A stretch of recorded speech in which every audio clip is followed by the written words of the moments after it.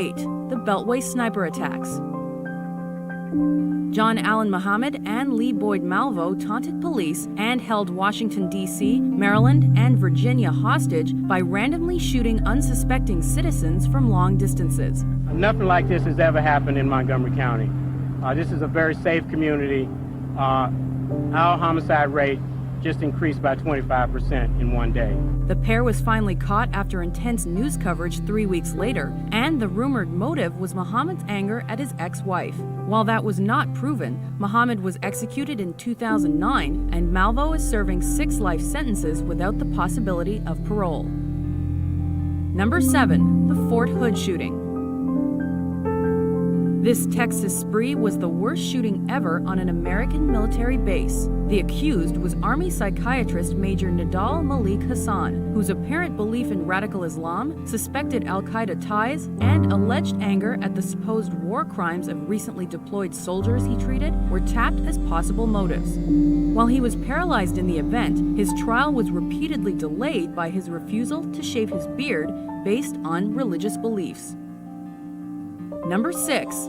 Tower shooting at the University of Texas at Austin. After killing his wife and mother, former Marine Charles Whitman climbed the university's clock tower and inflicted almost 2 hours of panic upon the area by randomly shooting passers-by. This is a KLRN News Bulletin. A sniper with a high-powered rifle has taken up a position on the observation deck of the tower on the campus of the University of Texas. His reign of terror ended when he was shot by a cop, and during his autopsy, he was found to have a fatal brain tumor that might have been the cause of his rage.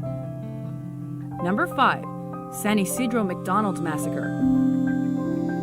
Police procedure was never the same once this Mexico border town was hit by the bloody rampage of a man who said he was hunting humans. James Oliver Huberty killed 22 people, ranging from 8 months to 74 years old, before he was downed by a sniper's bullet inside a McDonald's. Huberty's wife, 2012 Aurora shooting. During a midnight premiere of The Dark Knight Rises, James Egan Holmes caused panic with tear gas and guns, killing 12 and injuring 58. Cops were on site within a minute and a half, and Holmes was apprehended soon after, but the damage was done. A gag order prevented his motive from being immediately made public, but rumors swirled that he referred to himself as the Joker. Number 3. Luby's Massacre. In the deadliest U.S. shooting before 2007, George Hennard drove through the window of a Killeen, Texas diner and opened fire. Anger towards women and frustration over losing his job might have been contributing factors, though his motive was never established. Survivor Susanna Hupp later lobbied heavily for concealed weapons laws as a member of the Texas House of Representatives based on her experience that day. I've been sitting here getting more and more fed up with all of this talk about these pieces of machinery having no legitimate sporting purpose, no legitimate hunting purpose. People, that is not the point of the Second Amendment. Number 2. The Virginia Tech Massacre.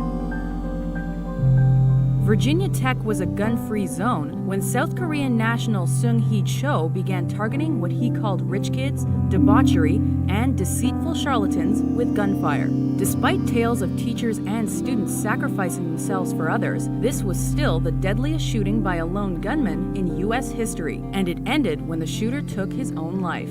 In the wake of this tragedy, school security countrywide increased.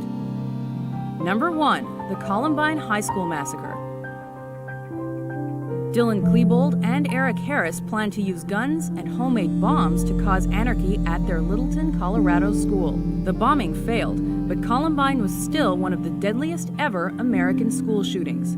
Images from that day continue to haunt us, and the massacre was blamed on bullying, violent movies and video games, goth culture, and even Marilyn Manson. But the shooter's suicides make the motive even tougher to decipher.